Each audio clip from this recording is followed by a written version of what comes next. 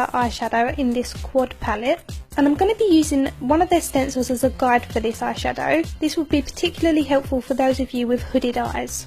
So this is going to give me a nice dome shape for my eyeshadow. I'm holding the stencil firmly in place and I'm working the brush over the edges all across the mobile eyelid and down to the lash line. This is also great if you've got slightly uneven eyes and you struggle with symmetry. So as you can see, I'm layering the eyeshadow up a couple of times to build up some intensity. Once I'm happy, I can remove the stencil and I'm left with the dome shaped eyeshadow. Cleaning my bristles off onto a tissue, I'm then going in with the same brush and just softening the edge. If you've got hooded eyes, you may want to leave it in this shape. I want to create more of a wing. So using the bottom liner stencil, I'm applying that on the outer corner of my eye and I'm pulling the same colour eyeshadow from the stencil through the socket. This is going to be our transition colour.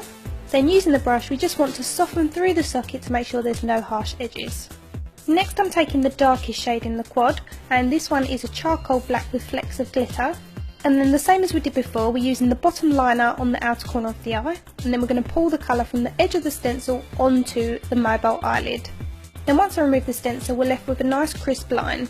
If you've got very hooded eyelids, you may find that this is enough and you don't need to do the cat eye, but if like me you're a massive fan of it, then this stencil will be your new best friend. I'm popping my eyelashes through the stencil, and I'm lining the outer corner up with the nice crisp line that we've created with the previous eyeshadow. Then using the same brush we've used the whole way through, I'm dipping that into the charcoal black eyeshadow and I'm using a pressing motion to place the colour through the stencil.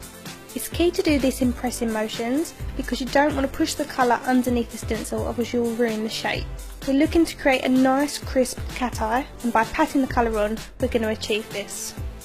Don't be concerned if the stencil doesn't go right to the inner corner of your eye, because you can remove the stencil and then replace it while the eye's open and get that inner corner. Going back to that bottom liner stencil, I'm lining it underneath my lower lashes, so I'm making sure it connects with the outer corner of the wing and then pulling it 2/3 of the way across my lower lash line. This little kit also includes a black long wear gel liner, and I'm using their small detailer brush on the flat side to pull that along my waterline. This brush is really good at helping you get a nice point at the inner corner of the eye. I'm also going to tightline using that liner. Then it's time to just apply some mascara to your top and bottom lashes. You can also apply a pair of false eyelashes if you like. So I didn't want to go any further before showing you how it can look solely with eyeshadow. Ideal for those of you who prefer a softer look. If you do want to create the cat eye using the gel liner, then this is a great way to learn because you've already got the guide in place on your eyelid because we've used the stencil and the eyeshadow.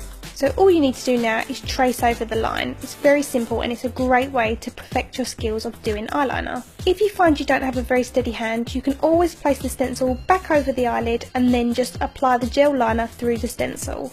As I mentioned earlier, using stencils is a great way if you really struggle with symmetry or if your eyes are slightly uneven. I hope this has been helpful for you all. I will link all the products used in the description bar. If you've got any questions, please leave them in the comments section below and I will get back to you. Please take the time